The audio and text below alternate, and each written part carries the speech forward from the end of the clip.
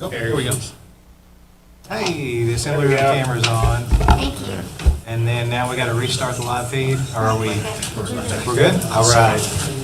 Sorry for that brief interruption. We left off after hearing a presentation from the Parks Department and the Parks Board about Parks Master Plan. And Trace, you were finishing up with some closing comments. Yeah, I was just going to say that this is a project that the city has never done before. This would be the first Parks and Recreation Master Plan the city of Henderson's ever done. It's an incredibly useful document that leads us up to a decade into the future with our Parks and Recreation Department and planning. It's something that I would be wholly in favor of. Thank you. Thank you. And before we, so today, do we need sort of a consensus to move forward to put this on a future agenda? Is that what your idea is here? I would suggest that. Okay. And thanks to the Parks Board, they've done a Very lot of much, the yeah. homework that will go into building an RFP for proposals. So, Fantastic. Commissioner Bowles, can you hear us okay? Yeah, I'm going to start with you, if you don't mind. Would you mind to give us your thoughts on moving forward with a potential Parks Master Plan? yeah, it sounds like an excellent idea. I appreciate the Parks Board looking into that and bringing it forward to us. It sounds like something we definitely need to do. Commissioner Thomas? We have a roadmap for everything else. We definitely need one for the park system. Commissioner Witt? Yeah, I think it makes sense to explore it. Yeah. We've got so many moving pieces with the Parks Department right now, with the building of the sports complex, with the impending closure of the swimming pool within the next decade, we keep getting requests for statues and other items to go into our parks. And one of my biggest fears is that we end up with a park system that's not well coordinated, and we have a few parks in particular that are mismatched and don't make a lot of sense and don't serve our community to the best of our ability. I'm very much in favor of moving forward with the Parks Master Plan, and I appreciate all the work that you guys have done. Thank you so much. Thank you. All right, looks like we have some meeting minutes. I don't think we have a consent agenda. No, it's not. We do not, we just have the minutes. We just have the minutes, okay. So we have some, mention that would be later. okay. So we had on the agenda, Mac Neal from ATA was going to come and do our audit report today. They have a few finishing touches that they have to do to the audit report. We heard a preliminary audit report earlier. Things are very good. We have no findings. Our bond rating's very good. Just some clerical stuff that they have to do, and they're going to bring it back to a future meeting. So we're going to skip that part on the presentations and move directly into approving a set of meeting minutes.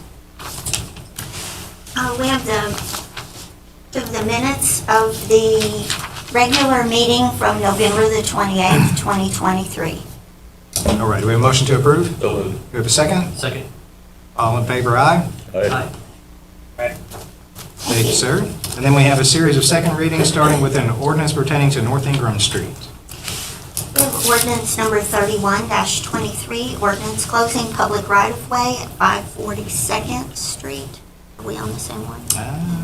They've got North Adams, and, it could be at 546th Street, anyway. An ordinance closing public right-of-way, which is approximately, don't know what that is, 3,788 total square feet of unimproved alleyway located at the back of 542nd Street in the city of Henderson and running between North Adams Street towards North Ingram Street minus a 100-foot section that is to remain open coming from North Ingram Street. Do we have a motion to approve?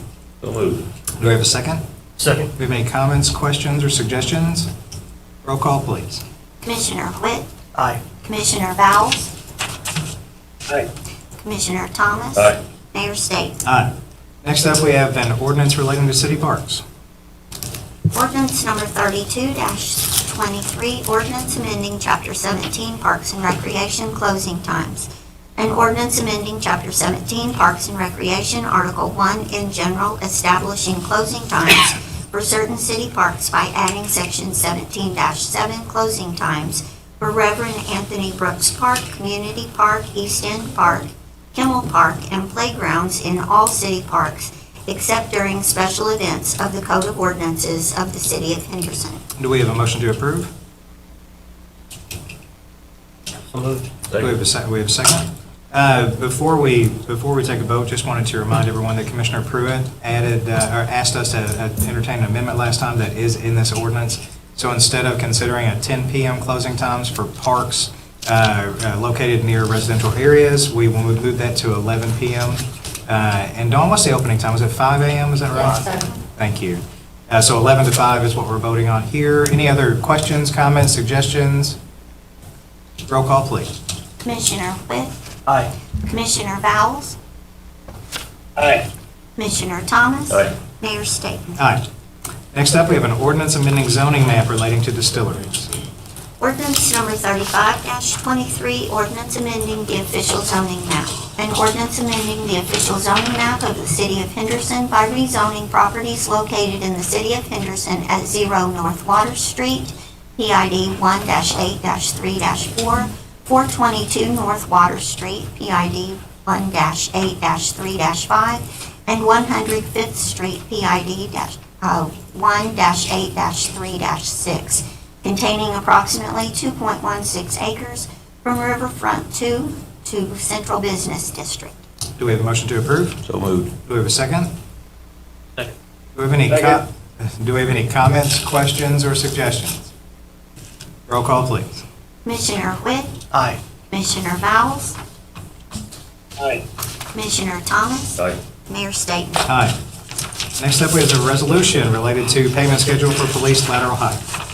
Resolution number 59-23, resolution to set the payment schedule of the police lateral hire experience recognition pay. Do we have a motion to approve? Do we have a second? Second.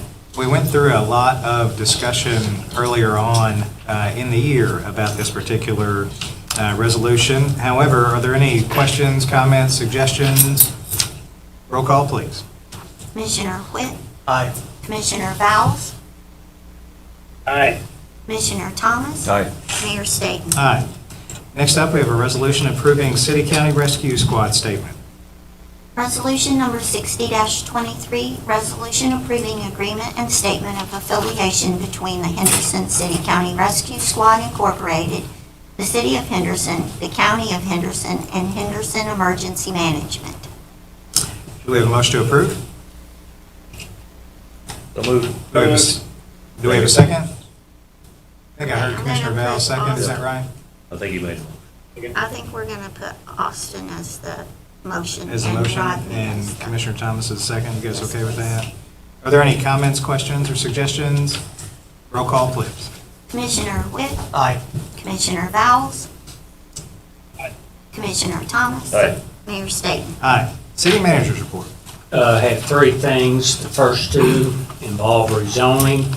As y'all are aware, under the state statute, we have 21 days to hear an appeal. And just want to make you aware of those two rezonings. Those locations are in your packet. If you have any questions, feel free to call me. And then the last item, I'd ask Chief McKinney to come to the podium to provide just an update on the use for existing flock cameras. See if we can put that PowerPoint up. Can you see if that PowerPoint will come up? I just have a few slides here to show you the progress of it. It won't take but a minute. But while she's getting that ready, of course, you guys know the flock camera system we've had. Basically what that is a license plate reader. Those things have been around for years, except this one's kind of special. It doesn't just focus on the license plate itself. What it does, it focuses on all the characteristics of the vehicle. So that's kind of quite new in what we've been seeing. So I wanted to talk about, we've got 7 cameras there in Henderson. We bought 3 in February and 4 in March throughout the city of Henderson. And they've been very successful for us at this point. That's what the flock camera system looks like. Like I said, it shows license plate, vehicle make, vehicle type, color, unique accessories, frequency. What that means is if a vehicle with a certain toolbox commits a crime on the south end of town, we can actually go and search that camera system for a white Ford truck with a black toolbox. We don't need the license plate. One thing that's real important to know is this does not have anything to do with the driver of the vehicle. It has no personal attributes or aspects at all. It's only the vehicle and the license plate. That's a picture of what it looks like, gives you a nice plain picture there. Sometimes if it's a theft or something of that nature, you can actually see things in the back of the truck. One thing that's special about the flock camera, I'd like for y'all to know, is you can do a hotspot. You can go in and enter a vehicle. Let's say someone from Henderson was doing something illegally from here to another state, and we knew that. We could run that vehicle description and plate through all the other flock cameras throughout the nation and actually track where that vehicle had been. So it's really interesting in putting things together for us. To date, since we've had ours this year, we've got 66 hits on the flock camera.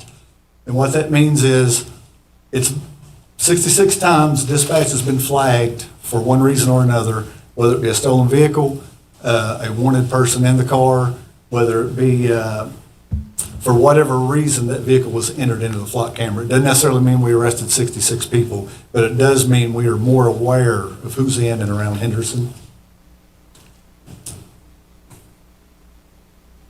What I want to talk about now for just 1 minute is the successes of the flock camera. 3 cases we've had recently. In the bottom left, a Robinson case that alerted us to a stolen vehicle from Evansville. It allowed us to locate and stop the vehicle and recovered the stolen vehicle, charged the driver, and a lot of other stuff in the car. We had the same thing with a Henderson case here where it alerted on our camera. Done the same thing. There was a large amount of drugs that was seized in that one. The other one, we had a stolen vehicle from Chicago, and it was also located. The driver was arrested and other criminal charges ensued. And I always like to throw these 2 out so everybody recognizes the White case, Laura and Casey White over in Evansville, the deputy from Alabama that broke out the escaped murderer and brought him to our area. That was also, this technique was used for him. And the one that's the closest to home for us is the Bradley Gillespie case we had earlier this year. He entered the city limits of Henderson, and within 1 minute, we had a stolen vehicle and a wanted person and had a deputy behind him. And who knows what that averted for us, to be honest with you. I just looked up, and the city manager and I had texted the other day, and this is from Beverly Hills. This was on like December the 5th. This camera was actually used to capture a serial killer. This fella had killed 3 or 4 people, had stolen a lot of things. So the flock camera is absolutely used for that. And in Dallas, Texas, the flock camera was also used for another person who killed 4 people. So I bring that up just to tell you, those are kind of sensational cases, but it's the exact same technology we have here in Henderson.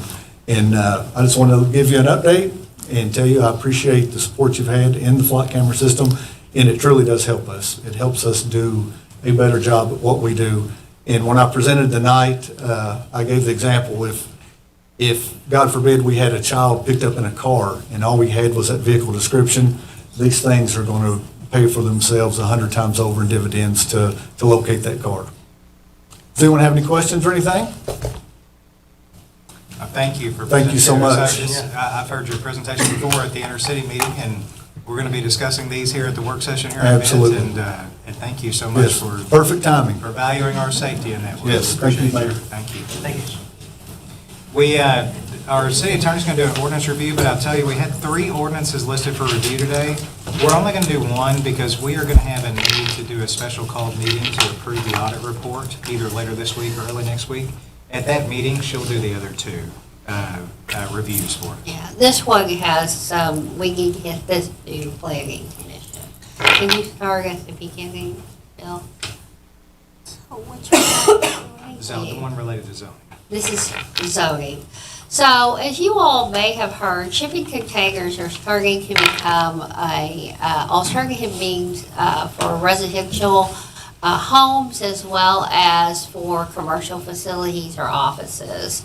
Our zoning ordinance is currently silent on shipping containers. So, our staff, city staff, met with planning commission staff, and we worked on bringing some regulations to put it in the zoning ordinance so that we can bring these types of buildings to our community in the best areas that they can be placed.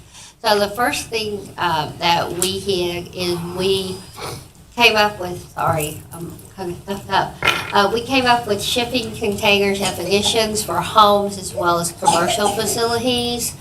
In Kentucky, any shipping container that's going to be used either for residential or for commercial facilities will have to have a licensed Kentucky professional engineer approve those. So those are the shipping definitions right there. I'm not moving. Bill, can you hit me? Thanks. Uh-oh. Oh, thank you. So in residential uses, the areas that we think that these would fit the best would be RMH, manufacturing home districts, because shipping containers are generally the same size and the same shape. And then, as you all remember, we just created a new residential zone, the residential subdivided manufactured home district. The difference with that is where people actually own the lot that they put their facilities on. So we think that those would both be permitted use, so it would just be an automatic permitted use. They would have to meet all other requirements. And then commercial, we would suggest that conditional use in general business, highway commercial, the HIP zone, which is the Henderson Innovative Planning District, and the Central Business District. So, if you all are agreeable, then this would go, we would need a motion to send it to the Planning Commission. The Planning Commission would have a full public hearing on it, and then it would come back to you all for a vote before it could become an ordinance. Does anyone have any questions? And what about use for a storage facility? For storage, we cannot find anything on that, but we can go back and look at that. And we can bring this forward and then look at that. Good. Any other questions?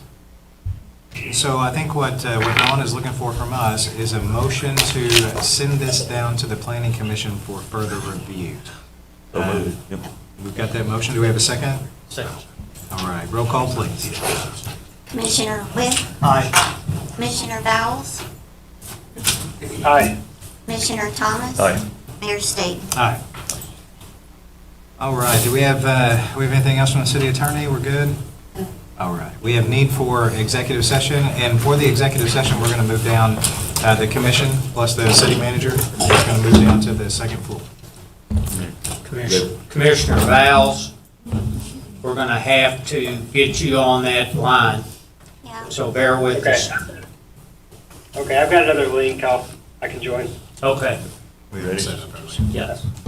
I move that the commission go into executive session pursuant to KRS 61.81, paragraph 1, subsection F, for discussion which might lead to the appointment of an employee or employees. Do we have a second?